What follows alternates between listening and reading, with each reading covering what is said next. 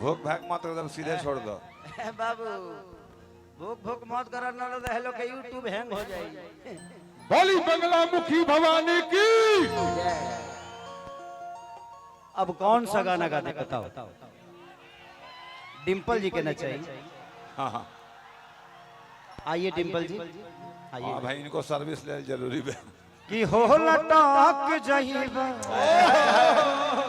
बाचब ना बेरा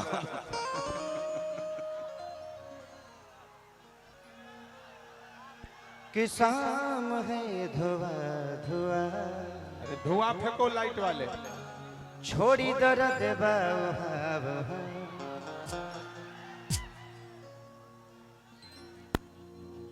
कि सभा के कहे सुन बाबू जाने ली तो कहला काता के लईकी काला जादू जाने ली आप सच में आज बहुत खूबसूरत लग रही हैं। हमने बोला है कि हम हमेशा आपको छेड़ते रहते हैं लेकिन आज हम डिम्पल जी को छेड़ेंगे नहीं। सही बात। क्यों? क्योंकि छेड़ने के लिए हम कल्लू बाबा को बुलाए। यो तैयारी है मेरे। आप छेड़ दीजिएगा हम बर्दाश्त कर लेंगे। हम ना बोले कुछ।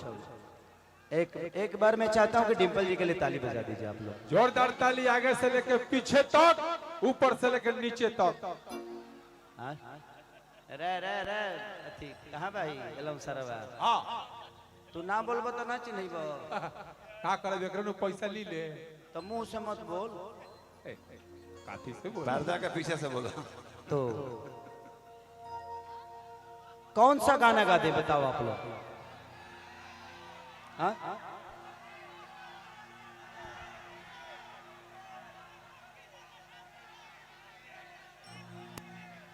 कि टूट जाही राजा जी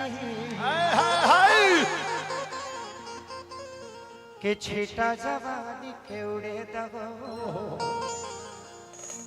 मनवा से मनवा के जुड़े दगो जियो शेर जियो। कि तनी सूत द चदरिया तान के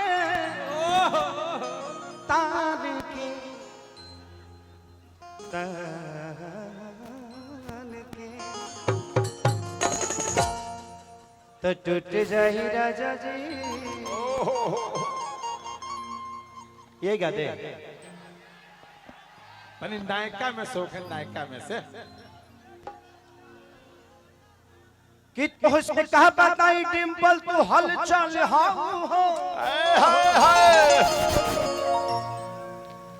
तू तो सब कलाकारी के समस्या के हल हो। बाबा छोटे का हो बानी हम चिंता मत करो। कि जनतानी काला पिन्ह के तू सब कर मोती मारेलू आ केहू के ब्रेकअप हो जाला तो तू ही संभारेलू। तसल्ली देती हो कि मैं हूँ, दोस्त आपकी है। एक सेकंड, आपने ये तो बोल दिया इन लोगों को मजा मिल गया। सुनिए सुनिए, आपने अच्छे वे में बोला। देखा लाइट कट गई हमरा बेरा, पावर खत्म। लाइट को भी डर है मेरे से, समझे? जल्दी बारो जल्दी बारो। चालू कर जनरेटर। हड़ा हड़ा हड़ा हड़ा।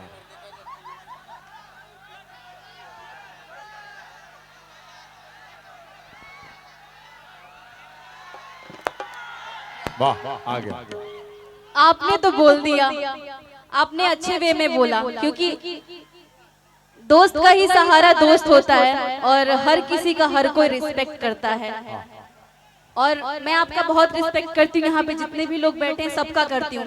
लेकिन पता है क्या होता है, चंद लोग हैं ना यहाँ पे जो आप अच्छी चीज भी बोलते हैं ना तो उसको कंट्रोवर्सी में लेके चले जाते हैं। अरे खेसारी भैया ने ये कर दिया, फलाना ने ये कर दिया, ठिकाना ने ये कर दिया, तो उन सब को ना बाबा छोटे।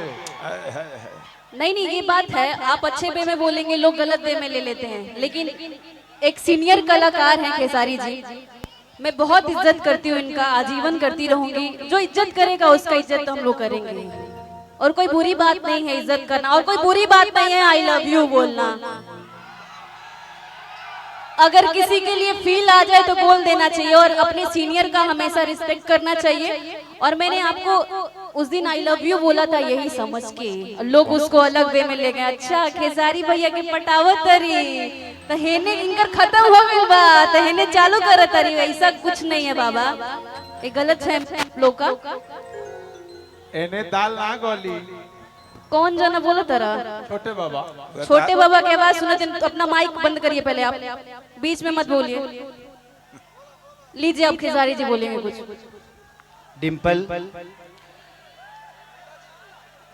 जिसको जिस वे में लेना है वो लेगा। हमारी काम है, देखो यहाँ राम को गलत बोलने वाले लोग हैं कि नहीं, तो उसके लिए राम की अहमियत कम नहीं होती है। राम इतना बड़ा नाम है कि किसी के बोलने से उसकी अहमियत कम नहीं होती है, और बात उसी की होती है जिसमें कुछ बात होती है। सही बात। आपकी बात हो रही है, इसको आप दिल पे लो कि आज हमारे लिए कोई बात तो कर रहा है। यार अपनी बात करने के लिए तो टाइम ही नहीं किसी के पास, लेकिन आपकी बात कर रहा है तो उसको गलत वे में मत लेना चाहिए। दुनिया को काम है बोलना, बेटा ये जिस दिन आपके बारे में बोलना बंद कर देगी ना, उस दिन शायद तुम्हें बुरा लगेगा कि यार मेरे बारे में कोई बोल क्यों नहीं रहा है। तो ये जिंदगी है यार, तो कोशिश करिए कि आपके बारे में जितना लोग बोले उतना ही अच्छा है। जिस दिन बोलना बंद करेंगे उस दिन बुरा होगा कि यार मेरे बारे में कोई बोल नहीं रहा है। सही बात, सही बात। कोई बात नहीं, वो सब हमें नहीं बोलना है, हम लोगों को नहीं बोलना है। ये सब हमारी जनता है और सम्मानित है। कोई बात नहीं, हम जानते थे, कोई बात नहीं बेटा। अच्छा जितना आना है उतना ही आओगे ना, फिर क्या करोगे, फिर तो प्रॉब्लम होगा ना। बाबू जितने भी हमारे बाउंसर हैं प्यार से उन लोग को बैठने तो कोई दिक्कत नहीं है, बट लाठी डंडा मत चलाना किसी पे, सब अपने भाई हैं, सब लोगों का सब। कि छीटा जवानी के उड़े मनवा से मनवा के जुड़े कितनी सूत चदरिया तान के हरि तान की तान की। 1 2 3 4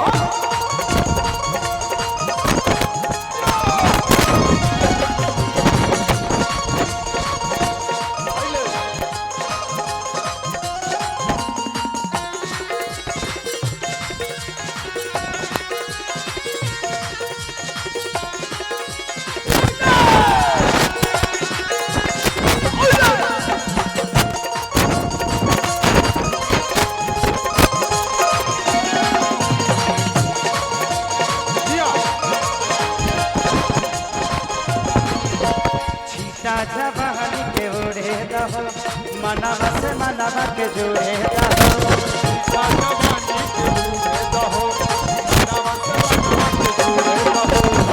जवानी के उड़े रहो मनवा से मनवा के